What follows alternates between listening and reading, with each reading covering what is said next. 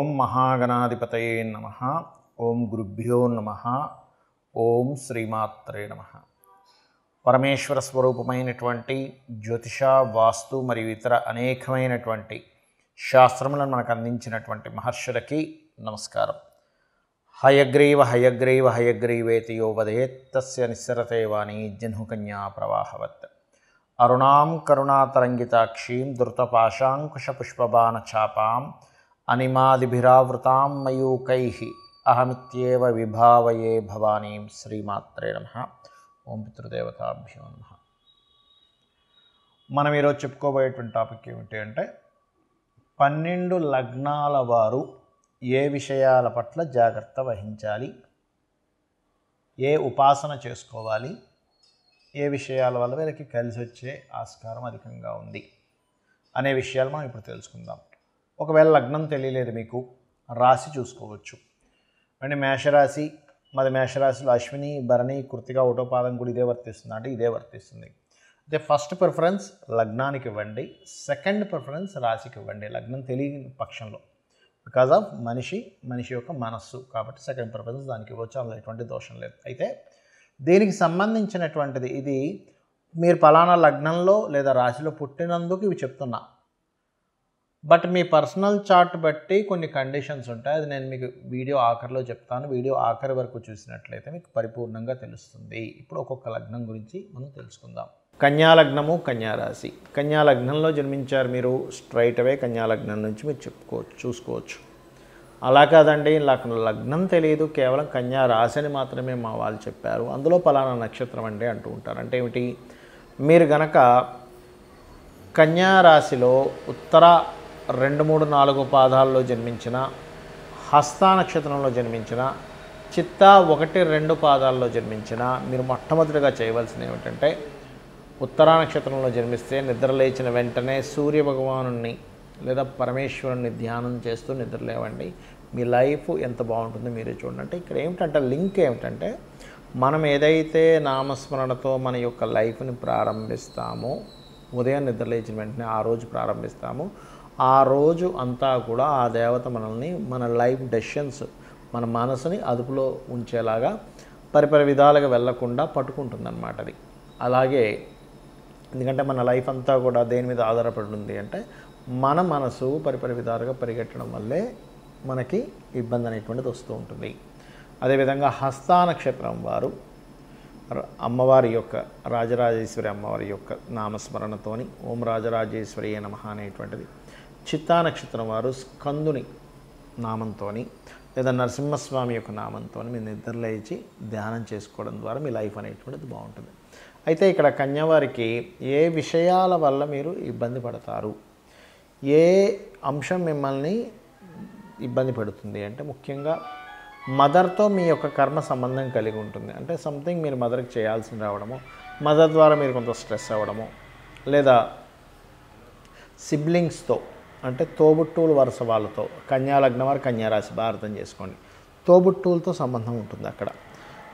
అంటే తోబుట్టువులే మీకు ఏదైనా ఇబ్బంది పెట్టడం కావచ్చు, వాళ్ళకి మీరు ఏదైనా సెట్ చేయాల్సిన విషయం కావచ్చు. ఇది పర్టికులర్గా కనెక్ట్ అయి ఉంటుంది, ఇది గుర్తుపెట్టుకోండి. ఈ యొక్క కన్యా లగ్నం వారు కన్యా రాశి వారు, ఇది గుర్తుపెట్టుకోండి.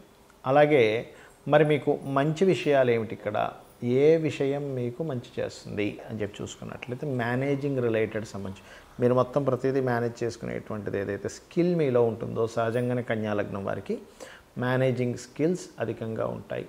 ఎప్పుడైతే మేనేజింగ్ స్కిల్స్ లగ్నము అంటారు దీన్ని, మీరు ఎంత బాగా అంటే మీ యొక్క జాబ్లో కావచ్చు, బయట కావచ్చు చేస్తుంటారు, అదే మిమ్మల్ని రక్షిస్తుంది, గుర్తుపెట్టుకోండి. అలాగే మరొకటి ఏంటంటే ఒక సమస్యని క్లియర్ చేయడము, దీనికోసమే పుట్టామా అన్నట్టు అనిపిస్తూ ఉంటుంది. ఎందుకంటే శనికి 5, 6 ఆధిపత్యం వచ్చింది మీ లైఫ్లో. ముఖ్యంగా మీ యొక్క లైఫ్లో వివాహం చేసుకోవడమే ముఖ్యంగా లైఫ్ని ఎక్కువగా టర్న్ చేస్తుంది మీ లైఫ్లో. సో ఇక్కడ ఏంటంటే మీరు ఈ యొక్క కర్మల నుంచి విముక్తి పొందాలన్నా, ఎందుకంటే మీ ఆలోచనలు, మీరు చేసే నిర్ణయాలు, ఇవన్నీ కూడా మీ కర్మ తీరడం, ఇవన్నీ కూడా మీ సంతానంతో కూడా కనెక్ట్ అయి ఉంటుందండి. ఎప్పుడైతే సంతానం కలిగిందో మీకు, అక్కడి నుంచి మీ ప్యాటర్న్ వేరే రకంగా వెళ్తూ ఉంటుంది. బట్ మీరు ఎంత వెంకటేశ్వర స్వామి యొక్క నామస్మరణ చేస్తారో మీరు ఈ యొక్క కర్మల నుంచి బయటపడడం జరుగుతుంది. అంటే నిత్యము వెంకటేశ్వర స్వామి స్తోత్రాలు చేసుకోండి, అన్ని విధాలా బాగుంటుంది. ఇప్పటి వరకు మనం ఏదైతే చెప్పుకున్నామో మీది గనక పలానా లగ్నం అయితే పలానా విషయాలు జాగ్రత్తగా ఉండండి అని, పలానా ఉపాసన చేయండి అని, లేకపోతే పలానా విషయాలు మీకు అందిపుచ్చుకుంటారని, మీ లైఫ్లో ఈ విషయాల్లో బాగుంటుంది మనం ఏవైతే చెప్పుకున్నామో ఇవన్నీ కూడా మీ లగ్నం బేస్ చేసుకొని దీన్ని స్థిరంగా ఉండేటువంటి కారకత్వాలు అంటారు. అంటే పలానా లగ్నంలో పుట్టాము అంటే పంచమాధిపతి రవి అవుతాడు మేషంలో పుడితే, లేదా వృషభంలో పుడితే పంచమాధిపతి బుధుడు అవుతాడు, అదే మిథునంలో పుడితే పంచమాధిపతి శుక్రుడు అవుతాడు, లేకపోతే లగ్నాధిపతి బుధుడు అవుతాడు. ఇట్లా కొన్ని కాంబినేషన్స్ బట్టి చెప్పుకుందాం. మరి పర్సనల్ చార్ట్లో ఇది ఏమైనా మార్పు వస్తుందా అంటే ఖచ్చితంగా పర్సనల్ చార్ట్ దగ్గరికి వచ్చేసరికి మార్పు వస్తుంది. ఎలాగా అంటే చెప్తాను చూడండి. ఇప్పుడు టీటీ ఇంజెక్షన్ ఉంది. టీటీ ఇంజెక్షన్ ఏదైనా సెప్టిక్ అయితే వేస్తారు. ఇప్పుడు ఆ ఇంజెక్షన్ అందరికీ పడదు, కొంతమందికి టెస్ట్ చేస్తారు. మీరు కొంతసేపు కూర్చోండి. ఎందుకండి అది అందరికీ వాడడానికే కదా అంటే కొంతమందికి స్పెసిఫిక్గా కొన్ని పడవు. కొన్ని ఫుడ్స్ కావచ్చు, కొన్ని మెడిసిన్స్ కావచ్చు, కొన్ని వాతావరణాలు కావచ్చు, కొంత నీరు కూడా. ఒక్కోసారి చూడండి, నేను వేరే దగ్గరికి వెళ్ళానండి, అక్కడ వాటర్ నాకు పడలేదండి అంటాం, అక్కడ గాలి నాకు పడలేదండి అంటాం, ఆ ఫుడ్ నాకు పడలేదండి అంటాం. ఎందుకంటామండి? మరి మిగతా 100 మంది బాగానే ఉన్నారుగా, నీకు ఒక్కడికి ఎందుకు ఇలా అయిందంటే బికాజ్ ఆఫ్ ఎవరి శరీర తత్వాన్ని బట్టి వారికి ఎలా అయితే కొన్ని విషయాలు బాగా పడతాయి, కొంతమందికి బాగా పడవు. అదేవిధంగా సబ్జెక్ట్స్ కూడా చూడండి, 40 మంది పిల్లల్ని కూర్చోబెట్టి టీచర్ చెప్తే అందులో ఒకరికి అద్భుతంగా అర్థమవుతుంది, కొంతమందికి అసలు సబ్జెక్ట్ అర్థం కాదు. ఎందుకు? మరి అందరికీ ఒకలాగే చెప్పింది కదా టీచర్ అంటే బికాజ్ ఆఫ్ వాళ్ళకున్నటువంటి అవగాహన, వాళ్ళకున్న ఇంట్రెస్ట్, ఇవన్నీ మనం బేరేజ్ చేసుకుంటాం. అంటే పర్సనల్గా ఉండే వాళ్ళ తెలివితేటలు కానీ వాళ్ళకుండే శరీర తత్వాన్ని బట్టి వాళ్ళకి తెలుస్తూ ఉంటుంది. అలాగే మీ జన్మజాతకంలో ఉండే కాంబినేషన్స్ ఇప్పుడు నేను చెప్పినవి ఏవైతే ఉన్నాయో కొంతవరకు అది మారుస్తూ ఉంటుంది. అంటే ఉదాహరణకి నేను మీకు మేషలగ్నం వారికి అప్పుల విషయంలోనే మెయిన్గా జాగ్రత్తగా ఉండాలని చెప్పాను. కానీ వారి జన్మజాతకంలో కొంచెం బుధుడు బాగున్నాడు అనుకోండి, అప్పుడు అంత ప్రమాదం రాదు. లేదా బుధుడు ఇంకా పాడైపోయాడు ఉదాహరణకి, అప్పుడు ఇంకా ఎక్కువ ప్రభావం వస్తుంది. సో ఇలాంటివి చూసుకోవాలి. అంటే ఏమిటి? నేను ఏదైనా ఆరోగ్యం గురించి చెప్పానంటే మీ జాతచక్రంలో రవిని చూసుకోండి. రవి బాగున్నాడంటే మీరేం కంగారు పడక్కర్లేదు. రవి కనుక పాడేయాడంటే ఇంకొంచెం జాగ్రత్తగా ఉండాలి. మానసిక విషయాల గురించి చెప్పాను, చంద్రుడు బాగున్నాడు, ఎక్కువ కంగారు అక్కర్లేదు. చంద్రుడు పాడయ్యాడు, అప్పుడు మీరు ఏ బియ్యం దానం ఇవ్వడమో చేయండి. అలా కాకుండా యాక్సిడెంట్స్ లేకపోతే భూ వివాదాలు ఎక్కువగా ఉంటాయి ఈ లగ్నం వారికి అని చెప్పాను అనుకోండి, అప్పుడు మీరు చేయవలసింది ఏంటంటే కుజుడు బాగున్నాడా టెన్షన్ ఏం పెట్టుకోకండి. కుజుడు పాడైతే అప్పుడు మీరు కందులు దానంగా ఇవ్వడం, సుబ్రహ్మణ్యేశ్వర స్వామి ఆరాధన చేసుకోవడం, వారాహి అమ్మవారి ఆరాధన చేసుకోవడం చేయండి. అదేవిధంగా బుధుడు పాడయ్యాడు, అప్పుడు విష్ణు సహస్రనామాలు బాగుంటే ఏం టెన్షన్ పడక్కర్లేదు. అంటే ఇప్పుడు నేను చెప్పినటువంటివి ఏవైతే ఉన్నాయో గ్రహం కనుక బాగుంది, ఆ రాసులు కనుక బాగున్నాయి, టెన్షన్ పడకండి. ఆ రాసులు బాగోలేవండి, ఆ గ్రహం పాడైంది, మరింత ఎక్కువ జాగ్రత్త తీసుకోండి నేను మీకు క్లారిటీ ఇస్తున్నాను. అదేవిధంగా గురువు అయితే శనగల దానంగా ఇవ్వడం, గురువులు అంటే ఏదైనా బంగారానికి సంబంధించినటువంటి టీచింగ్ లైన్స్ సంబంధించిన విషయాల్లో కొంత జాగ్రత్తగా ఉండాలి. శుక్రుడైతే వివాహ సంబంధించిన విషయాల్లోని, శని భగవానుడైతే మీరు చేసే జాబ్ రిలేటెడ్ సంబంధించిన విషయాల్లోని, హెల్త్ విషయాల్లోని, రాహు అయితే విదేశాలకు వెళ్ళి అక్కడ ఉండేటువంటి విషయాల్లోని, కేతు అయితే కొంత ఆధ్యాత్మికత లేదా కొంత వైరాగ్య సంబంధించిన కొంతమందికి వస్తుంటుంది.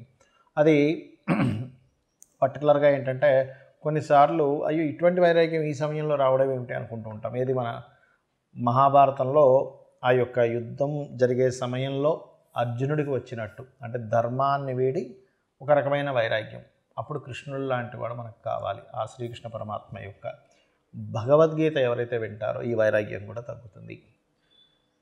సో నేను చెప్పినటువంటివి పర్సనల్ చార్ట్లోకి వచ్చినప్పుడు కొంత మార్పు వస్తుందనేటువంటి విషయాన్ని మీరు అర్థం చేసుకుంటూ నేను చెప్పినటువంటి పరిహారాలు మీరు చేసుకొని ఆ పితృదేవతల అనుగ్రహం కూడా పొంది లలితాంబిక అమ్మవారి యొక్క అనుగ్రహం కూడా పొందాలని మనస్ఫూర్తిగా కోరుకుంటూ మీ యొక్క జీవితాలు మరింత ఉజ్వలంగా మరింత సక్సెస్ఫుల్గా సాగాలని మనస్ఫూర్తిగా కోరుకుంటూ శ్రీమాత్రే నమః.